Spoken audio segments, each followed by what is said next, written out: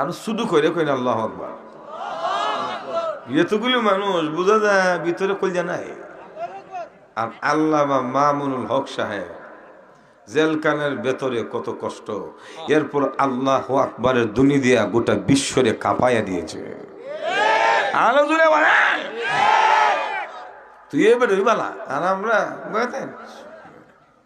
এখন আওয়াজ দিতে হবে জোরে, কারণ মুসলমানের নীরব থাকার সময় নাই। আরো জোরে বলেন ঠিক কিনা? তো আল্লাহ রাব্বুল আলামিন বলেন, ওগনবীজি ইয়াসিমুকা মিনান নাস, এই সমাজের দুর্বৃত্ত আর সন্ত্রাসীদের হাত থেকে আমি আল্লাহ আপনাকে হেফাজত করব। সুবহানাল্লাহ। তো আল্লাহ রাসূলকে মারার প্ল্যান দফায় দফায় করেছে। একদিন কাসাসুল আম্বিয়াতে লেখে আল্লাহর হাবিব একদিন কাবা শরীফের চত্বরে নামাজ মগ্ন। এদিক দিয়ে উকবা তার সাঙ্গপাঙ্গ তার সন্ত্রাসীদেরকে নিয়ে কাবা শরীফের সামনে হাজির, আল্লাহর রসুলকে মেরে ফেলবে এই প্ল্যান প্রোগ্রাম মনোভাব নিয়ে নিজের শরীর থেকে চাদর কুলে, চাদর বুঝেননি ওই যে শাল শীতের মধ্যে দিয়েছেন, এই চাদর কুলে চিকন করে পাকায়া আল্লাহর রসুলের গলার মধ্যে লাগায়া দুই দিক থেকে যুবকদেরকে নিয়ে টানতে শুরু করেছে। একটা মানুষের গলায় যদি রুশি লাগায় টানে, এই মানুষটা আর জীবিত থাকবো? একটু জোরে এখন না, সহজে বুঝে নেন ফাঁস লাগে কেমনে মরে, রুশি যখন ঠাই রয়ে যায় তোর মনে থাকে না? একটু জোরে এখন না। এ জন্য আল্লাহ নবী বিশ্ব নবী রাহমাতুল লিল আলামিনকে তৌহিদের দাওয়াত দেওয়ার জন্য, কালিমার দাওয়াত দেওয়ার জন্য উকবা তার সাথীদেরকে নিয়ে কাবার সামনে হাজির হয়ে শরীর থেকে চাদর গুলি করে রসের মতো বাঁকাইয়া চিকন করে রসুলের গলার মধ্যে লাগাইয়া দুই দিক থেকে যখন টানতে শুরু করেছে, কিতাবে লেখে আল্লাহ নবী তাদের রশির আঘাতে রসুলের গান মোবারক বাঁকা হয়ে গেছে। আল্লাহ নবীর গান বাঁকা হয়ে গেছে। শুধু তাই না, নবীজি কথা বলা বন্ধ হওয়ার উপক্রম হয়ে গেছে, শ্বাস প্রশ্বাস বন্ধ হয়ে যাবে। কারণ মানুষের শ্বাস যখন বন্ধ হয়ে যায় মানুষটা তো এমনি মারা যায়। একটু জোরে এখন না। অনেক সময় গলার মধ্যে পানি আটকায় মানুষ মরে, খাবার আটকায় মরে। কেন? কণ্ঠনালী শ্বাস নালী যখন বন্ধ হয়ে যায়, যত বড় শক্তিশালী মানুষ হোক না কেন এই মানুষটার জীবিত থাকে না। একটু জোরে এখন না। আল্লাহ নবীর গলা মোবারকের মধ্যে লাগাইয়া দুই দিক থেকে যখন টানতে শুরু করেছে, রসুলের শ্বাস বন্ধ হয়ে যাওয়ার উপক্রম। নবীজি কথা বলতে পারে না, রসুলের গান সোজা করতে পারে না। কে বাঁচাবে? রসুলকে সহযোগিতা করার মতো কোন মানুষও সেখানে নাই। কারণ যারা আছে সবাই তো উকবার সন্ত্রাসী। একটু জোরে এখন না।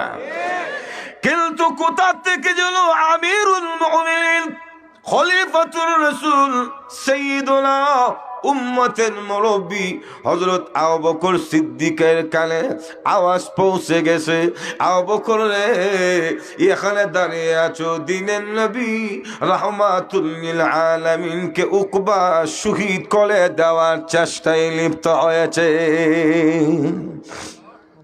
তো সাহাবায়ে কেরাম তো রসুলের মৃত্যুর সংবাদ শুনলে রসুলের মাইনে লেব, সাহাবীর হুঁশ থাকতো না। মজুর এখন ঠিক না। কারণ আল্লাহ নবীকে সাহাবীরা জীবনের চেয়ে বেশি ভালোবাসতেন। নিজের জীবনের চেয়ে, স্ত্রী সন্তান ধন সম্পদের চেয়ে, নিজের জানের চেয়েও সাহাবীরা বেশি ভালোবাসতেন। একটু জোরে এখন না। কি পরিমাণ ভালোবাসতেন এটা যদি বুঝাইতে যায় আলোচনার মৌজু অন্যদিকে চলে যাবে।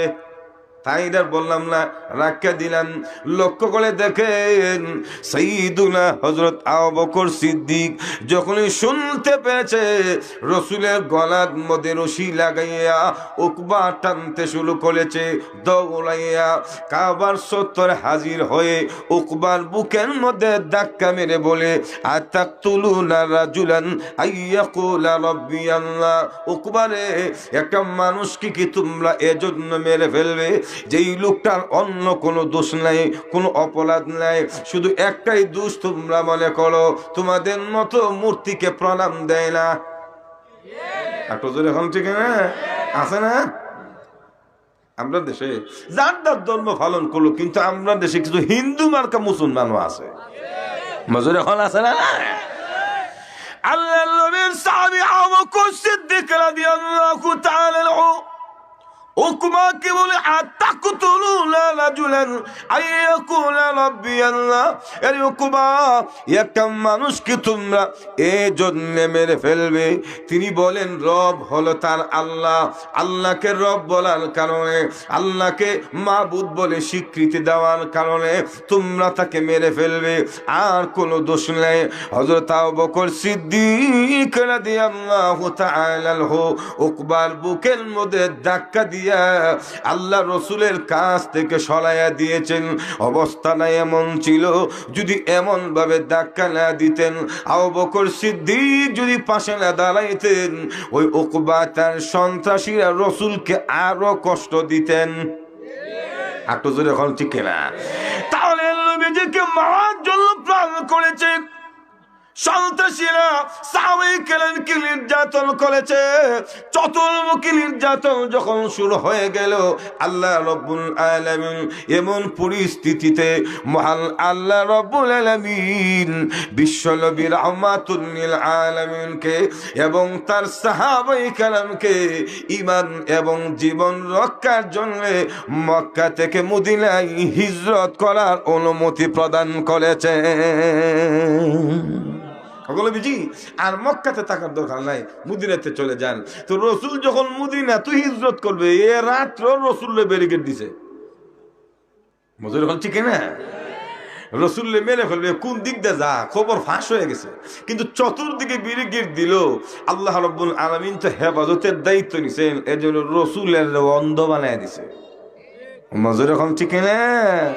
আল্লাহ তো কোরআনে বলছেন, ওয়াইদা ক্বরাআতাল কুরআন জাআলনা বাইনাকা ওয়া বাইনাল্লাযীনা লা ইউমিনুনা বিল আখিরা হিজাবাম মাসতুরা।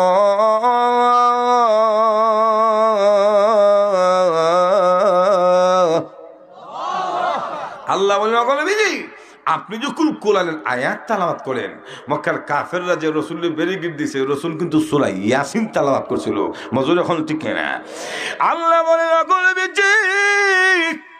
আপনি যখন কোরআন শরীফ তালাওয়াত করেন, জাআলনা বাইনাকা ওয়া বাইনাল্লাযীনা লা ইউমিনুনা বিল আখিরা, আপনি এবং বেঈমানদের মধ্যে হিজাবাম মাসতুরা, আমি আল্লাহ গোপন পর্দা এঁটে দেই।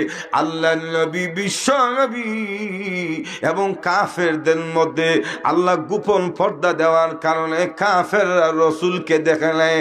এজন্য নবীজি ওই মক্কার মুশরিকদের সামনে দিয়ে মক্কা থেকে রজনী মদিনায় হিজরত করেছেন।